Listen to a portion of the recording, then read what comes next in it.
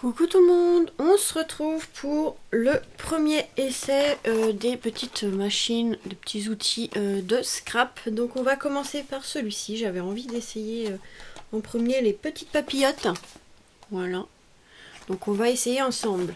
Alors, j'ai déjà juste décollé ici et on va regarder pour le faire ensemble. Donc ça sera mon premier et on va le faire ensemble.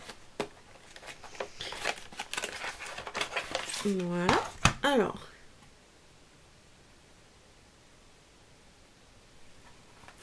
Donc ils disent de couper le papier à la taille désirée, plier et poinçonner le papier selon le mode d'emploi. Donc on a un petit papier pour vous expliquer comment l'utiliser. Voilà, je vais le mettre à côté. Alors ici, c'est écrit en anglais. Ici, alors... Ils nous disent de couper un papier de 17 cm sur 30,5. Ou plus petit, après ça dépend ce que vous voulez faire. Alors on va essayer avec un papier comme ceci. Donc là normalement il fait voilà 30,5. 30,5 on va couper comme ils ont dit à 17,8. Alors tac, je vais prendre le massicot. Donc à 17,8. 17,8, c'est ici. Voilà, on va couper comme eux ils le disent. Mais après, vous faites les dimensions que vous voulez, mais moi pour l'instant, je vais faire comme eux, juste pour essayer. Alors, ensuite, aligner sur la ligne, sur la star line. Donc ici, il y a une ligne pour démarrer. Et après, vous coupez, je pense que c'est avec le, voilà, vous le coupez. C'est écrit en anglais, hein, j'essaye de déchiffrer. Et il faut le répéter 5 fois. Après, je crois qu'il faut plier, enfin, on va voir. Alors, donc là, ils disent de couper. Donc là, on met, vous voyez, vous alignez ici le bout sur, vous voyez la ligne rouge, rouge-orange, ici. En face, et ben, on vient mettre le bout de papier juste comme ça. Voilà. Et ensuite, on vient appuyer.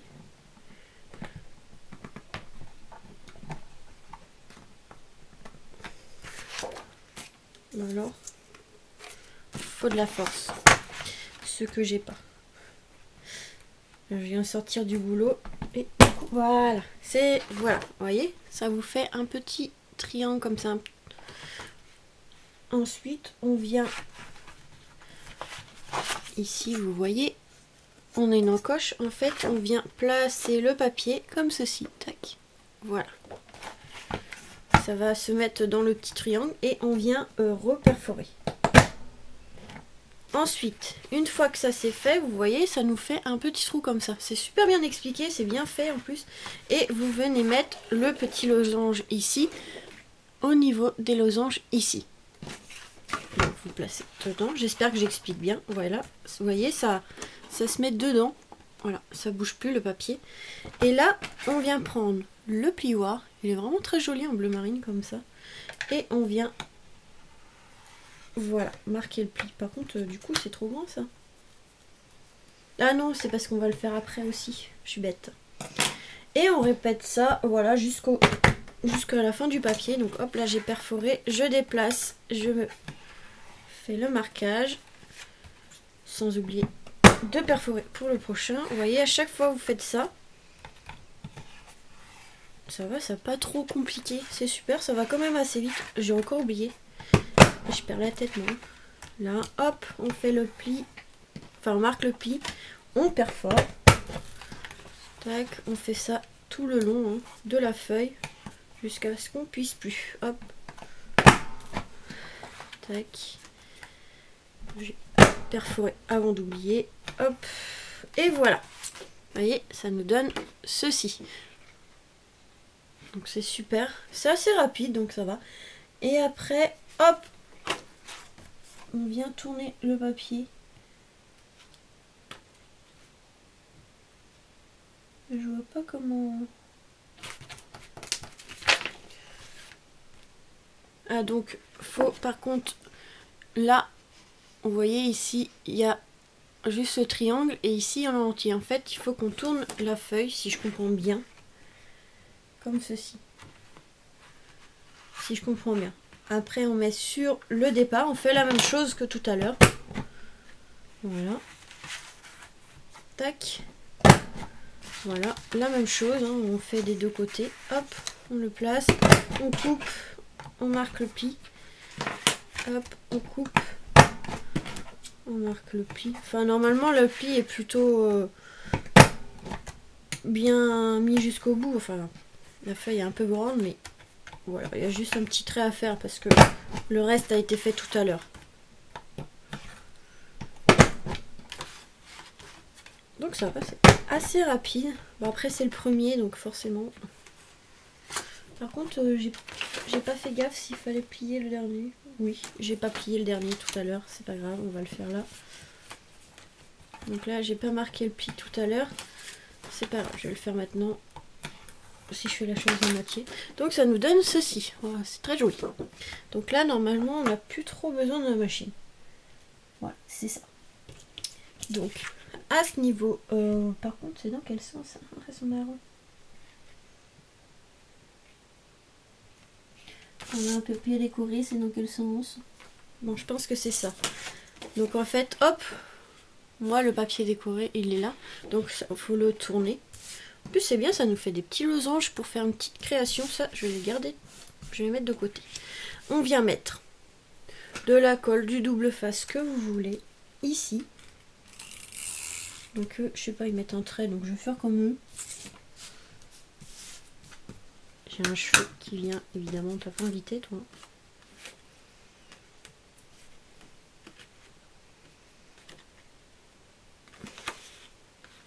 Mais une aise de cheveux. Voilà, et en fait on vient plier. Je sais pas, mettre de la colle là, mais ça va gêner.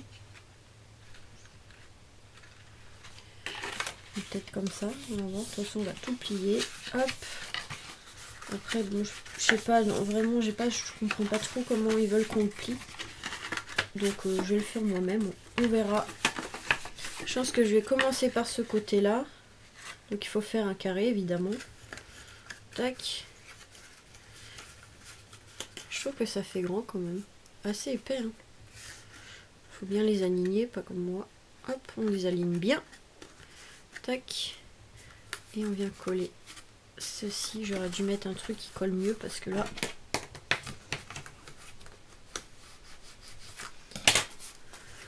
Voilà. Vous voyez, on a fermé.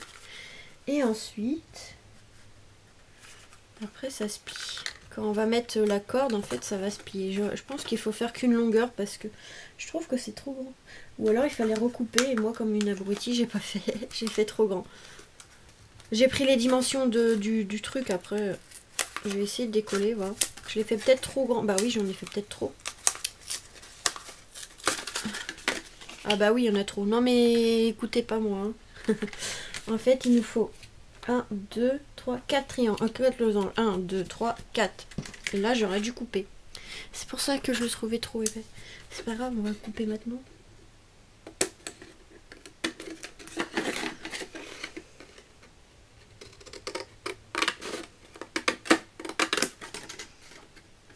Bah, comme ça, je vais vous dire vraiment la dimension du papier qu'il nous faut.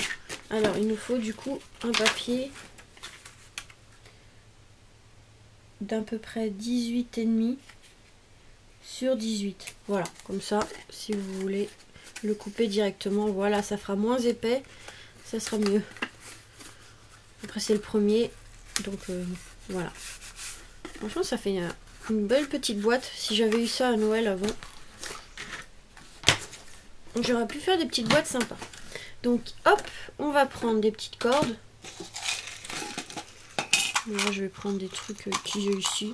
C'est vraiment pour vous montrer. Après. Hop. Donc, hop, on vient prendre la corde ici. Hop, et on vient serrer. C'est sympa pour les petits cadeaux ou même ouais, pour la table. pour les tables de Noël, enfin maintenant c'est un peu trop tard, mais ou même pour des anniversaires.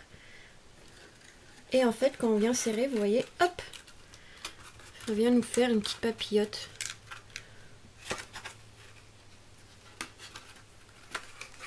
Et on vient faire un petit nœud, hop, que ça fasse joli. Par contre, je trouve que on voit ce qu'il y a à l'intérieur. Je pense qu'il faut faire des petits sachets avec parce que... Et ça fait un petit espace. Alors, est-ce que c'est normal? Ça fait un petit espace comme ça, vous voyez. Donc, je pense que faut emballer la surprise dedans. Parce que sinon, quand on regarde comme ça, on voit ce qu'il y a dedans. C'est pas une surprise, hein, c'est pas un cadeau après. Donc là, on fait ça pareil, des deux côtés. Bon, là, j'ai fait des nœuds hein, vite fait, mais c'est pour vous montrer un peu. Franchement, c'est super. J'adore les papillettes comme ça. Je voulais en acheter pour faire les Noëls et tout. Et ben maintenant, je vais pouvoir les faire moi-même. C'est super. Pour faire des petits cadeaux, je trouve ça super. Bon après, voilà, hein, j'ai peut-être pas trop serré, mais voilà. Une petite papillote. Franchement, c'est trop bien. Là, je suis trop contente parce que je voulais acheter quelque chose comme ça et je trouvais ça assez cher. Et là, franchement, ça rend super bien. Donc voilà ce que ça donne. Ouais, c'est ça. C'est des petites papillotes comme ça, voilà. Donc voilà, une petite papillote. Après, il faut voir les tailles que vous voulez. Hein. Là, j'ai fait comme ça. Mais bon, j'ai respecté plus ou moins ce qu'ils ont marqué. Mais après, vous faites à la dimension que vous voulez. Voilà, le tout, c'est que... On peut pas en faire non plus des trop grandes non plus. Mais je trouve que déjà, ça, c'est déjà pas mal. Hein. Parce qu'on peut mettre un cadeau d'à peu près 9 cm ici de large à l'intérieur. Donc franchement, elle fait quand même 17 cm la papillote. Donc je trouve que c'est quand même déjà assez bien. Après là, j'ai pas assez bien collé. Mais après, on peut la décorer. Et voilà, franchement, super. Je suis trop contente.